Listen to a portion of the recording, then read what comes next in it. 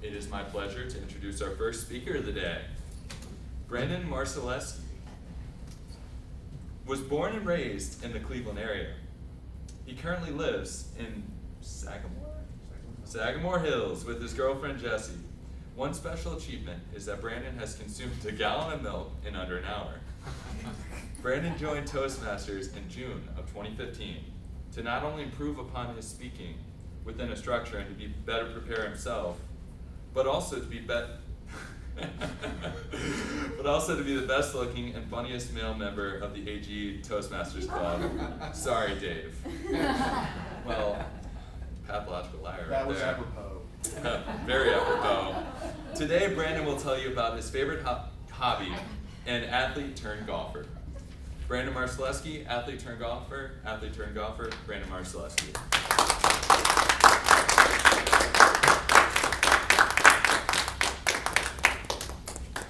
Thank you, Dave, for that warm introduction, calling me the best looking male member. You're welcome.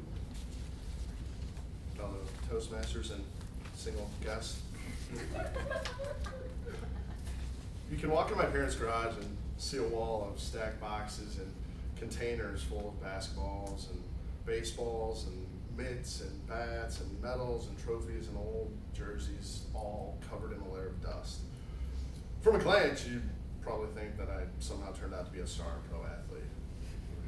Then you would see that all the things in the boxes are in the boxes because I didn't end up being very good at most athletic sports.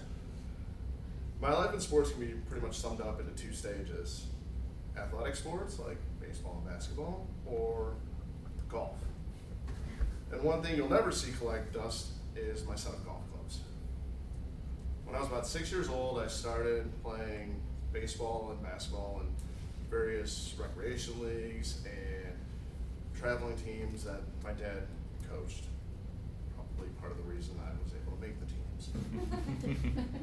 My mom did a lot of fundraising for jerseys and finding sponsors and those types of things too, because we traveled all over the state of Ohio, and there was just a lot of expense that went along with that. And I really enjoyed playing both sports. I had a lot of fun playing baseball and a lot of fun playing basketball, just because they were, baseball was outdoors during the summer, and you got to be out there and play with your friends, and then you'd watch the Indians on television and be like, I cannot do that. Basketball was a lot of fun just because we played a lot.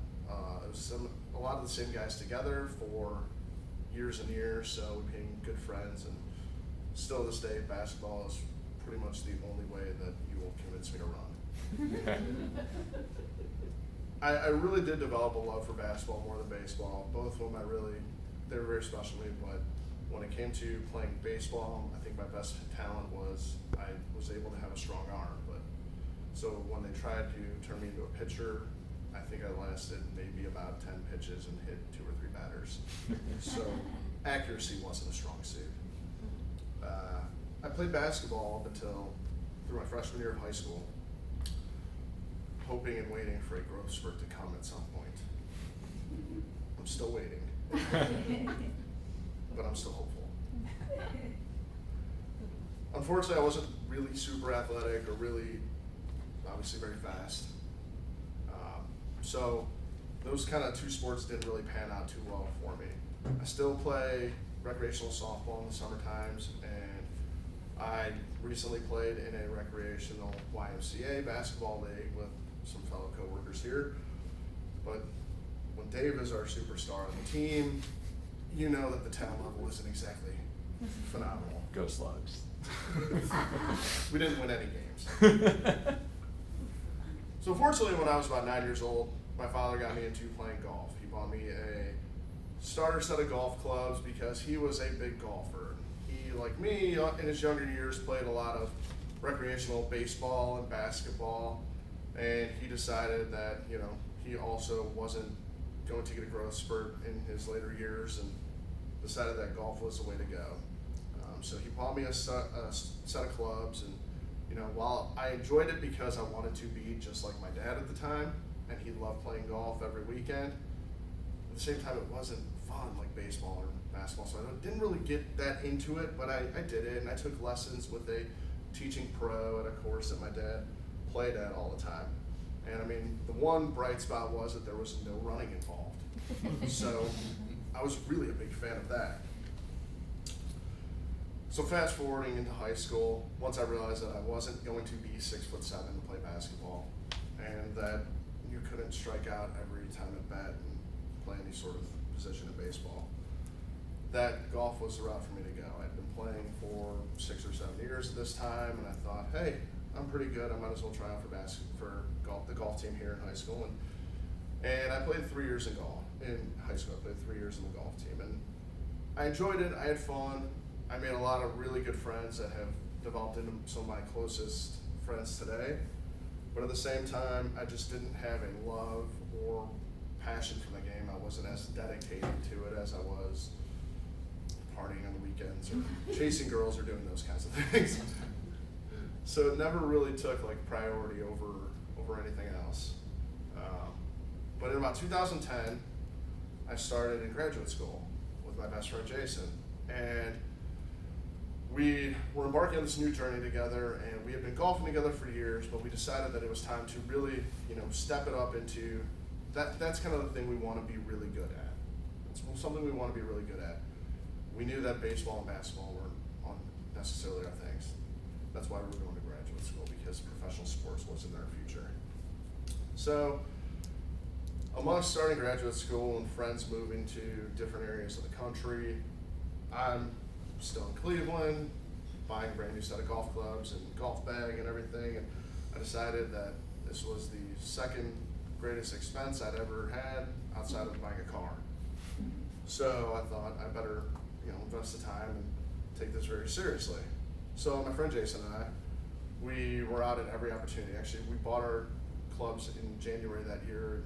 In mid-February, we were out playing on the ice.